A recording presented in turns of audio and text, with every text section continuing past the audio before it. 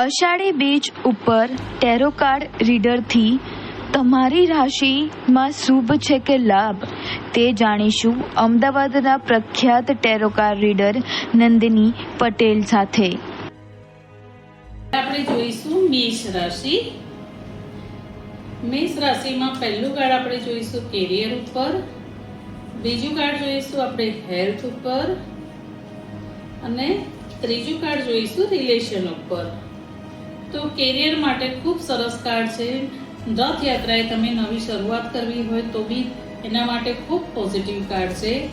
Health માટે ખાસ જેને આંખોનો પ્રોબ્લેમ હોય યા લીવરનો પ્રોબ્લેમ હોય એ બંને ધ્યાન રાખવું. કાર્ડ પોઝિટિવ છે છતાં પણ થોડું નબળું છે, માટે થોડું ધ્યાન રાખવું જરૂરી છે. બીજી રાશિ છે વૃષભ. વૃષભ માટે આપણે પહેલું કાર્ડ જોઈશું કેરિયરનું, બીજું જોઈશું હેલ્થ અને ત્રીજું જોઈશું રિલેશન. તો વૃષભ માટે કેરિયર અત્યારે ખૂબ સરસ છે. એકદમ ફાયર ઉપર કાર્ડ આવે છે. નવી શરૂઆત પણ થઈ શકે, મનીનો ફ્લો સારો રહે અને ઘરમાં કોઈ નવી વ્યક્તિનું આગમન થાય. મતલબ કે જે બાળક કુંવારો હોય તો એ પરણે અને ઘરમાં સ્ત્રી આવે તો એ સારા પગલાંની આવે ને એના દ્વારા ધનલાભ થાય. ત્રીજું જોઈશું મિથુન રાશિ. મિથુન રાશિ માટે પહેલું કાર્ડ આપણે જોઈશું કેરિયર, બીજું જોઈશું હેલ્થ અને ત્રીજું જોઈશું રિલેશન. કેરિયર માટે ખૂબ સરસ કાર્ડ છે. માનો કે તમે જે જગ્યાએ રહો છો એ જગ્યાથી બહાર, મતલબ કે શહેરની બહાર જઈને કે દેશની બહાર જઈને પણ તમને કામ મળે. પરદેશી હુંડિયામણ બી તમે કમાઈ શકો. હેલ્થ માટે અગેન તમને ફરી શરદી, ખાંસી અને વાતાવરણથી તકલીફ થાય એવું કાર્ડ છે, માટે એ ધ્યાન રાખવું. હવે આપણે જોઈશું સિંહ રાશિ. સિંહ રાશિ માટે પહેલું આપણે કેરિયર જોઈશું, બીજું આપણે હેલ્થ જોઈશું અને ત્રીજું રિલેશન જોઈશું. તો કેરિયરમાં ખૂબ સરસ છે, પણ ઇમોશન્સ લાવ્યા વગર, કારણ કે એમાં તમારે પ્રેક્ટિકલ થવું બહુ જરૂરી છે.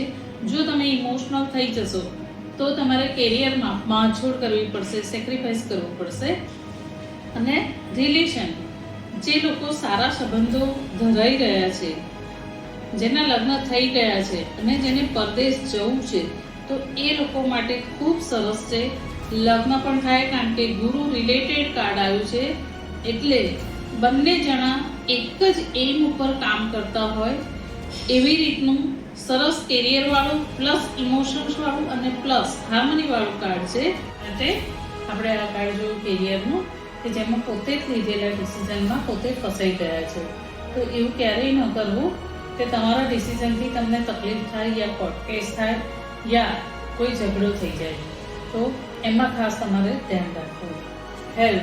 હેલ્થ માટેનું કાર્ડ બહુ સારું નથી આવ્યું, કારણ કે સિઝન અને પ્લસ હેલ્થ એ બંને ઉપર એટલી બધી ઇફેક્ટ છે કે એકબીજાની સિઝન તમને બગાડે કાં તો તમે સિઝન બગાડો એવી રીતની મોસમ છે. તો એમાં ખાસ ધ્યાન રાખવું કે તમારું લીવર, પેટ અને આંખો અને કાન એનું ધ્યાન રાખવું તમારે.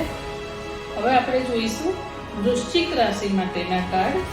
વૃશ્ચિક રાશિ માટે આપણે જોઈશું કેરિયર અને હેલ્થ અને રિલેશન્સ.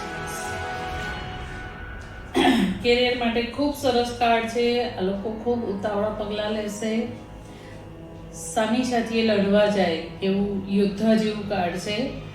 એટલે ગાડી બી ખૂબ સ્પીડમાં ચલાવે, પોતે બોલે બી સ્પીડમાં, કામ પણ જલ્દી કરશે અને એમને પ્રોગ્રેસ પણ સારો છે અને મની પણ સારા મળશે.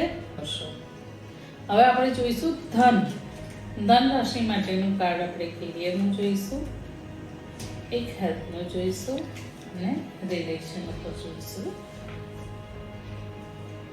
કેરિયર માટે બહુ સારું કાર્ડ નથી, કારણ કે પોતે ખૂબ જ ગુસ્સો, આ તલવાર લઈને ઉભેલી લેડી છે જે ગુસ્સો બતાવે છે, પોતે ખૂબ જ ગુસ્સો અને અપશબ્દથી સંબંધો ના બગડે અને વ્યાપાર બી ના બગડે એનું ધ્યાન રાખવું.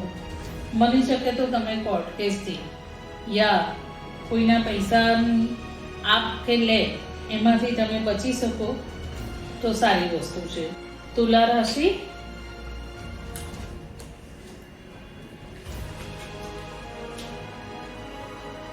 તુલા રાશિ માટે ખૂબ સરસ વસ્તુ છે કે જો તમે નવો પ્રોજેક્ટ બનાવતા હોય, નવા બિઝનેસમાં પડવા માંગતા હોય યા નવી જમીન લેવા માંગતા હો તો ખૂબ હોનહાર કાર્ડ આવ્યું છે કે એમાં તમે પ્રગતિ કરી શકો છો અને આગળ જતાં તમે એમાં ખૂબ કમાઈ બી શકો છો અને વધુ પ્રોગ્રેસ કરી શકશો. હવે આપણે જોઈશું મકર રાશિ.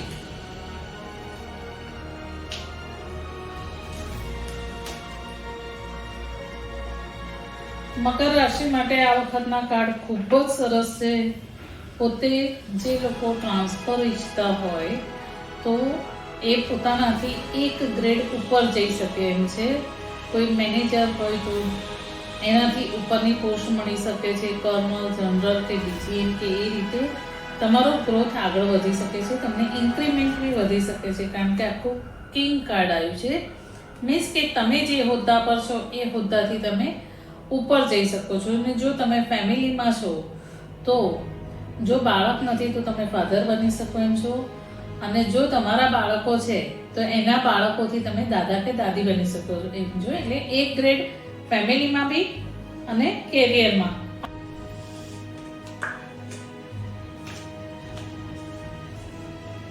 કુંભ રાશિ માટે ખૂબ જ સરસ છે. જો પોતે સ્થાવર મિલકત વસાવવા માટે ઈચ્છા રાખતા હોય યા નવું ઘર લેવા માટે યા રિનોવેશન કરવા માટે યા નવી ઓફિસમાં સજાવટ કરવા માટે તો એમના માટે ખૂબ પોઝિટિવ કાર્ડ છે. ખૂબ સારા બ્લેસિંગ સાથેનું છે. એટલે નવી યોજના બનાવી શકો છો. હવે આપણે જોઈશું મીન રાશિ.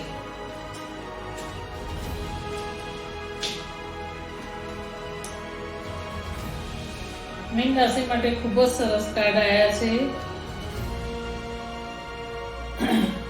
વેપારી ભાઈઓ અને ખાસ કે જે લોકો સ્ટોક માર્કેટમાં ઇન્વેસ્ટ કરતા હોય એના માટે ખૂબ સરસ કાર્ડ છે. પોઝિટિવ કાર્ડ છે કે એમાં પોતે આગળ વધી શકે છે. મારા તરફથી દરેકને ઓલ ધ બેસ્ટ. રથયાત્રાની ખૂબ ખૂબ શુભકામનાઓ.